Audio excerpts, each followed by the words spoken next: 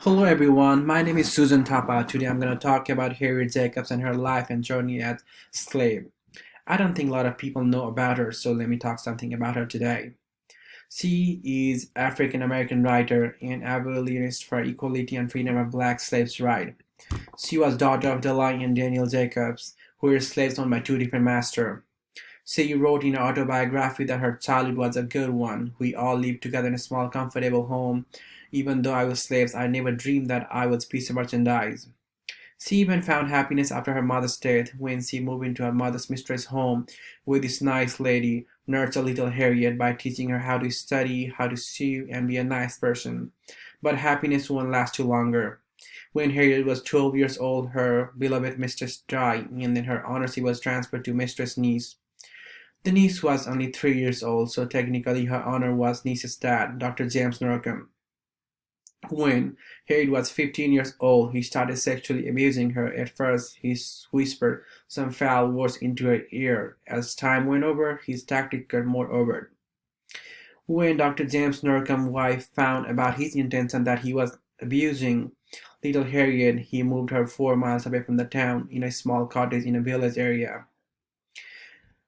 Little Harriet asked permission that if she could marry a free black slave, but Dr. James Narcombe violently refused that she can not marry anyone. Now she made a plan that she would get involved sexually with a white man, an unmarried lawyer, and had children with them, get pregnant, so he could sell her and her child.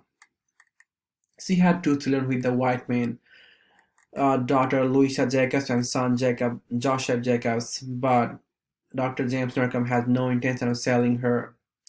Narcombe still harassed her. In June of 1835, after 7 years of mistreatment, she escaped. These are the two pictures of son and daughter. So Dr. James Narcombe put $100 reward for those who find her and give back to them. But nobody could find her. She was hidden by black and white neighbors in their house for a few days each, and hiding was too tired for her, so she moved into a tiny crawl space built by her grandmother and uncle above a porch. It was very hard to live inside the crawl space. There was no light, no ventilation, and very uncomfortable to sleep inside. She could watch the children playing with their dad through a small peephole inside a crawl space. She lived there inside for 7 years. She was tired of living there, so in 1842 she made her escape to freedom to Philadelphia and then to New York. In 1843, she fled to Massachusetts to avoid Dr. Norcombe, where her friend arranged her purchase. In New York, she became involved with abolitionists associated with Frederick Douglass' paper, the North Star.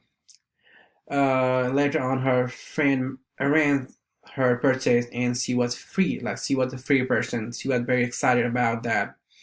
Later on, her friend recommended her to write incident about her book, about her life, her journey as a book. And then she finally wrote a book, Incidents in the Life of Slave Girl. It was one of the first open discussion about the sexual harassment and abuse endured by slave women, a topic that even made many abolitionists uncomfortable. Harriet was actively involved with abolition movement before the launch of Civil War. During Civil War, she used her celebrity to raise some money for black refugees, and after the war, she worked to improve the condition of recently freed slaves. She led many abolition movements and championed for equal treatment and liberty for black in owning property, good working conditions. She spent the rest of her life doing so many social work for people. Her kind work and her things like she made a very famous person in that period of time. She did really good work. Thanks for watching.